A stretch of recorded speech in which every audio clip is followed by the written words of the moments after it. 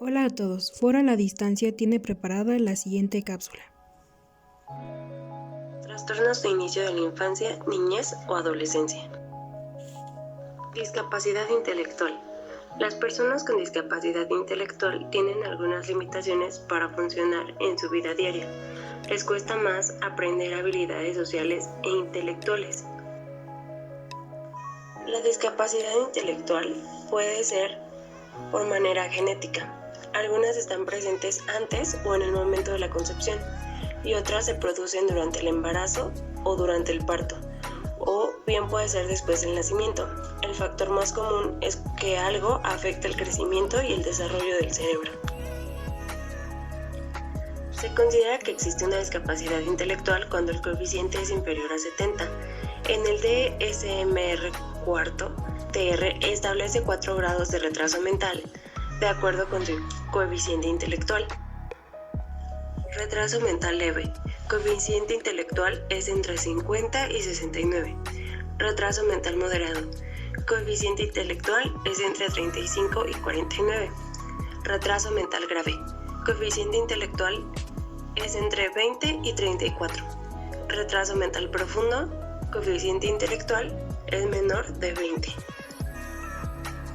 Trastornos del aprendizaje. Tener un trastorno del aprendizaje significa que un niño tiene una dificultad en una o más áreas del aprendizaje, aun cuando su motivación o inteligencia en general no estén afectadas. Algunos de los síntomas de los trastornos del aprendizaje son los siguientes: dificultad para distinguir entre derecha e izquierda, invertir letras, palabras o números después de primer o segundo grado, dificultad para reconocer patrones o clasificar objetos por su tamaño o forma, dificultad para aprender y seguir instrucciones o mantenerse organizado, dificultad para recordar lo que se acaba de decir o lo que acaba de leer, falta de coordinación al moverse, dificultad para realizar tareas con las manos como escribir, cortar o dibujar, dificultad para entender el concepto del tiempo. Algunos ejemplos de trastorno del aprendizaje son los siguientes: dislexia, dificultad con la lectura; discalculia, dificultad con las matemáticas; disgrafia, dificultad con la escritura. Trastornos de las habilidades motoras. Este trastorno se manifiesta a través de una deficiencia en la coordinación de los movimientos. Los niños que sufren este tipo de trastorno presentan problemas para coordinar su cuerpo a nivel inferior del esperado por su edad.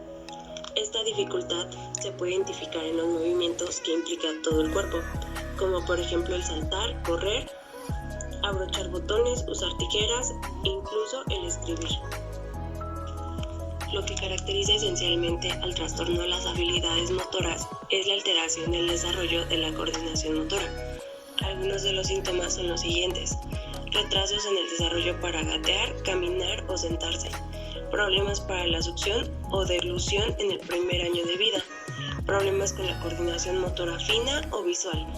Podría ser un ejemplo de ello el atarse los zapatos.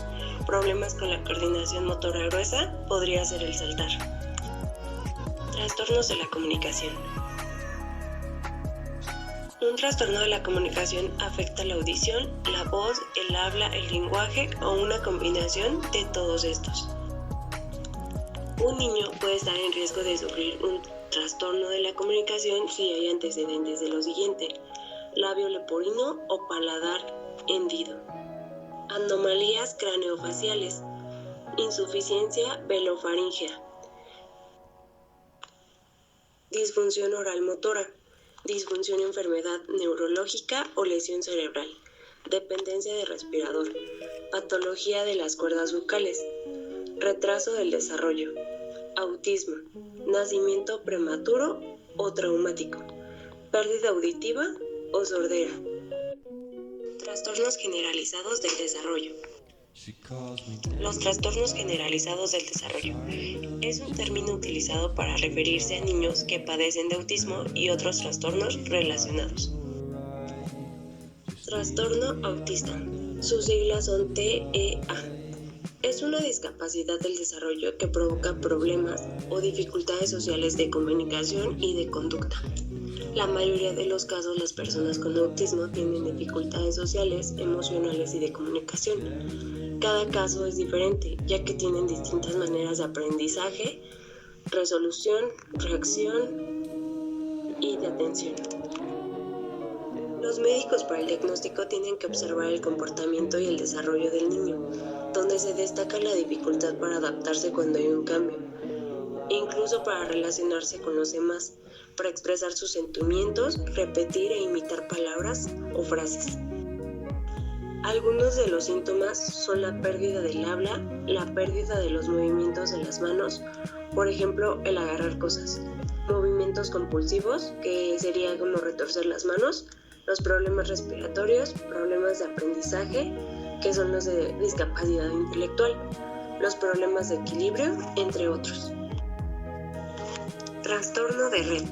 Es una enfermedad genética que causa problemas en el desarrollo y el sistema nervioso de los niños.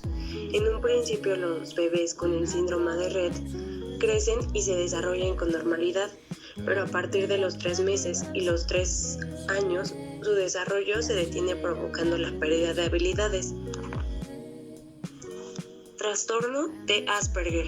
Sus siglas son AS. Es un trastorno del desarrollo que afecta la comunicación social. A diferencia del autismo, su característica es que poseen un lenguaje fluido y una capacidad intelectual media o incluso superior al resto de las personas. Los síntomas abarcan las dificultades de interacción, sentimientos de incomprensión, soledad, dificultad en la flexibilidad del pensamiento, ansiedad, depresión y suelen ser muy directos, es decir, dicen lo que piensan en todo momento, presentan problemas para entender las bromas y metáforas y tienen dificultad en la toma de decisiones, entre otros. Trastornos por tics. Los tics son espasmos, movimientos o sonidos repetitivos e involuntarios, es decir, que una persona no puede controlarlos. Los tics son de 3 a 4 veces más frecuentes en los niños que en las niñas. La edad de comienzo es a los 7 años, pero incluso puede ocurrir en edades tempranas como desde los 2 años. Los tics comprometen el modo de vida del niño, afectando sus actividades. Muchas veces los niños adoptan diferentes tics, de manera en que va cambiando la forma en que los presentan, su localización e incluso la intensidad de cada uno de ellos. Los tics los podemos clasificar en tic motor simple. Este incluye parpadeos, muecas en la cara, la boca, arrugamiento de la nariz, guiños, elevación de hombros, entre otros. Otro de ellos es el tic motor complejo, que se caracteriza por los movimientos raros. Este puede presentarse a través de saltos, tocar un objeto, tocarse a sí mismo o incluso no pisar al caminar. Otro de ellos es el tic fónico o vocal. En este tic se presentan ruidos como tos, gruñidos, ronquidos, chasquidos o un lenguaje especial. Repetir involuntariamente una palabra o una frase más de 3 ocasiones. Trastornos somatoformes. Los trastornos somatoformes se presentan cuando el niño padece signos y síntomas de una enfermedad sin causa aparente. Sugieren un trastorno físico, pero no es posible encontrar ninguna causa. Los síntomas somáticos no son inusuales en niños de edad escolar, incapacitándoles para la realización de una función adecuada a su edad. Muchos de sus problemas de salud son el foco más importante de su vida, por lo que resulta difícil desenvolverse en su vida social. Algunos de los signos o indicadores en el niño es el constante padecer de enfermedades sin causa aparente. Esto conlleva al temor a realizar actividades físicas que puedan dañar su cuerpo y hacer que constantemente tengan una revisión continua de ciertas anomalías o padecimientos en su organismo. Esto conlleva a pensamientos sobre amenazas y daños en su salud. Trastorno por estrés postraumático.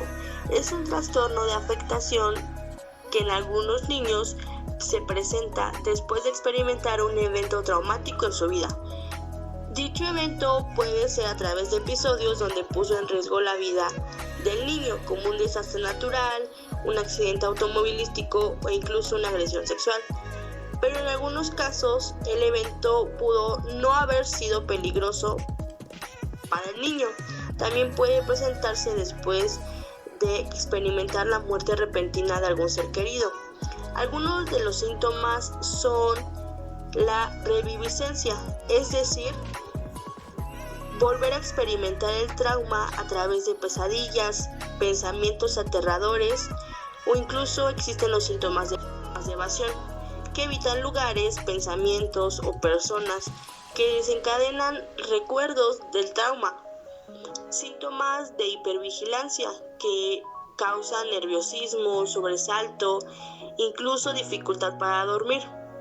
Otro de ellos son los síntomas cognitivos y de estado de ánimo, donde se presentan problemas para recordar cosas, pensamientos negativos, sentir culpa y remordimiento, e incluso perder el interés de las cosas y problemas incluso para concentrarse. Trastornos por déficit de atención e hiperactividad. El trastorno por déficit de atención e hiperactividad es uno de los trastornos del neurodesarrollo más frecuentes en niños. Habitualmente su diagnóstico se presenta en la niñez y a menudo dura hasta la adultez. Los niños con TDAH pueden tener problemas para prestar atención, controlar conductas impulsivas o ser excesivamente activos.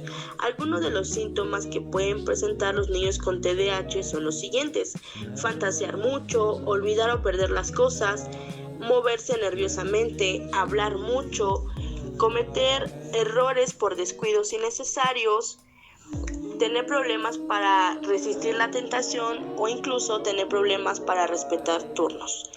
Se desconocen las causas y factores de riesgo del TDAH, pero investigadores actuales muestran que la genética tiene un papel importante. Otras de las causas y factores que ponen en riesgo padecer este trastorno incluyen lesiones cerebrales, exposiciones ambientales, consumo de alcohol o tabaco durante el embarazo, el parto prematuro e incluso bajo peso al nacer. Trastornos de la eliminación. Hace referencia a una alteración que puede aparecer durante la infancia, afectando el estado psicológico y comportamientos del niño. Este trastorno se encuentra relacionado con la adquisición del control de esfínteres. Aunque existen diferencias individuales en cada uno de los niños, habitualmente este control se alcanza entre los 18 y los 36 meses de edad. Entre las conductas o comportamientos que se engloban dentro de esta categoría se encuentran la continencia fecal, nocturna y diurna, y la continencia urinaria, de igual forma, nocturna o diurna. En el caso de los trastornos de eliminación, el niño no llega a conseguir este control, lo que suele derivar dos eventos: la enuresis funcional o la micción incontrolada. Por otra parte, encontramos la encopresis funcional, la cual hace referencia a la evacuación de heces en momentos y situaciones inapropiadas, tanto de manera voluntaria como involuntaria. En este caso, la edad aproximada para el diagnóstico es de 4 años. El motivo es que no existe una sola causa que pueda provocar estos comportamientos, y además la aparición de síntomas emocionales por la parte del pequeño hace que la preocupación y la frustración de los padres sea aún mayor. La enuresis funcional. Por enuresis funcional entendemos la capacidad del niño de controlar la micción, lo que conlleva la expulsión de orina durante la noche o en momentos o lugares poco oportunos. Esta conducta suele darse tanto de manera involuntaria como voluntaria. Para que pueda realizarse un diagnóstico correcto de enuresis funcional, esta deberá aparecer una vez pasadas las pautas evolutivas Es decir, a esa edad el niño ya debería de poder controlar la micción, más de 3 o 4 años. Además, primero será necesario descartar las posibles causas físicas u orgánicas.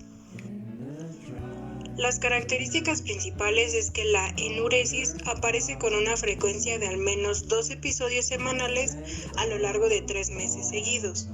Puede generar angustia y malestar clínicamente, así como afectar al desarrollo social y escolar.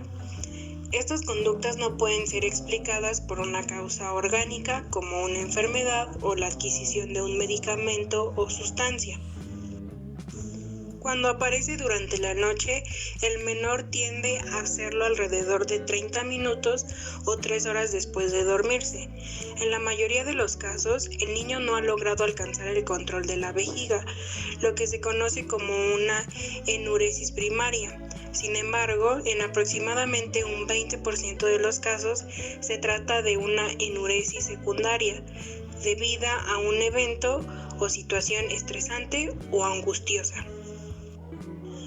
De igual forma, la enuresis funcional puede estar asociada a las siguientes sintomatologías psicológicas y físicas, como sentimientos de perturbación, agresividad e ira, negarse a dormir fuera de casa, sentimientos de vergüenza, baja autoestima e irritabilidad en las zonas íntimas. Para un tratamiento, los padres deberán estar atentos en todo momento si sucede la enuresis. La opción más eficaz es acudir a un especialista en psicología, el cual, además de realizar una evaluación e intervención psicológica, enseñará al menor las técnicas de aprendizaje de control de esfínteres, técnicas o aparatos de alarma. Por otra parte, se encuentra la encopresis funcional. Aquí el trastorno de eliminación se manifiesta mediante la evacuación voluntaria o involuntaria de heces en momentos inapropiados. En este caso, el diagnóstico dicta que la problemática debe permanecer presente al menos durante 3 meses, teniendo el niño la edad de 4 años. Las principales características es que ocurre más por el día que por las horas de sueño.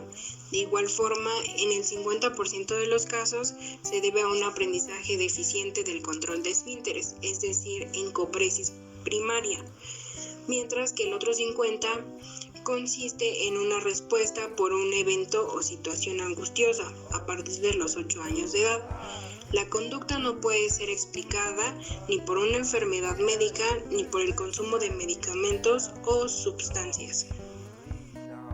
Los síntomas físicos y psicológicos que se derivan son el sentimiento de perturbación y vergüenza, síntomas neuroevolutivos como problemas de atención, hiperactividad, impulsividad, baja tolerancia a la frustración y descoordinación, alteraciones gástricas y estomacales como dolor de estómago y estreñimiento, y en las niñas puede aparecer infecciones urinarias.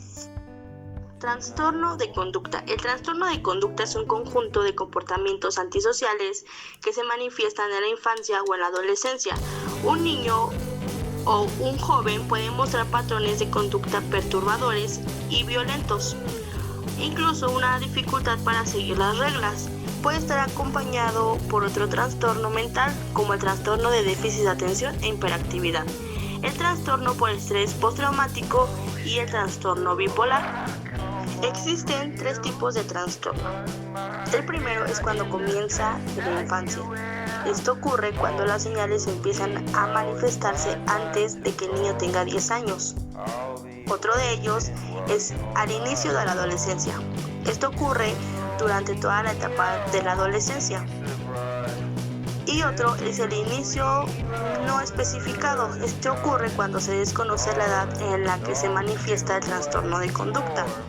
Algunos de los síntomas del trastorno de conducta se pueden ver a través del comportamiento agresivo, cuando el niño manifiesta el comportamiento de bullying y peleas, comportamiento destructivo que incluye el vandalismo, conductas engañosas como mentir, allanar una propiedad e incluso robar. Otra de ellas es romper las reglas. ausentismo escolar e incluso huir de casa. Otros signos del trastorno de conducta son el consumo de drogas, alcohol. Al inicio presentan una actividad sexual a una temprana edad e incluso pueden presentar una baja autoestima. El trastorno de conducta puede manifestarse por distintos factores, ya sean genéticos o ambientales. Los factores genéticos pueden ser por el daño en el lóbulo frontal del cerebro. Esta parte del cerebro regula las actividades cognitivas importantes, como problemas de la memoria e incluso representa la parte de la personalidad. Los factores ambientales que pueden afectar son el maltrato infantil, una familia disfuncional, padres drogadictos o alcohólicos y niños que provienen de un entorno de pobreza. Trastornos por ansiedad, donde se deriva el trastorno por angustia de separación. La ansiedad por separación es una etapa del desarrollo normal entre los bebés y niños pequeños. Los niños suelen presentar un periodo de ansiedad por separación. Por lo general lo superan aproximadamente a los 3 años de edad. En el caso de los niños, la ansiedad por separación es un signo de un trastorno más grave, conocido como trastorno de ansiedad por separación, ya que puede comenzar en la edad preescolar. Si la ansiedad por separación que siente el niño parece intensa o prolongada, en especial si interfiere con la escuela u otras actividades, o incluye ataques de pánico u otros problemas, es posible que tenga un trastorno de ansiedad por separación. Dentro de los síntomas de este trastorno se pueden incluir los siguientes: angustia recurrente y excesiva sobre anticipar o estar lejos del hogar o los seres queridos, preocupación constante o excesiva sobre perder a un padre o a un ser querido por alguna enfermedad o algún desastre natural, preocupación constante por algo malo que le pueda pasar, como perderse o ser secuestrado, rechazo a estar fuera del hogar por miedo a la separación, rechazo a estar solo en la casa sin algún padre o algún ser querido, resistencia o rechazo a dormir fuera de la casa sin un padre o un ser querido cerca, pesadillas sobre la separación, dolores de cabeza, dolores de estómago u otros síntomas cuando se anticipa la separación de algún padre o algún ser querido. El trastorno de ansiedad por separación puede estar relacionado con un trastorno de pánico y ataques de pánico, episodios repetitivos de sentimientos repentinos de ansiedad intensa y miedo o terror. Ocasionan una gran angustia y dificultades para funcionar en situaciones sociales, en el trabajo o la escuela. Trastornos por evitación. Es una afectación mental en la cual una persona tiene un patrón de sentirse tímido, inadecuado o sensible al rechazo. Las personas con trastornos de la personalidad por evitación no pueden dejar de pensar en sus propias limitaciones y establecen relaciones interpersonales con otras personas solo si creen que no serán rechazados.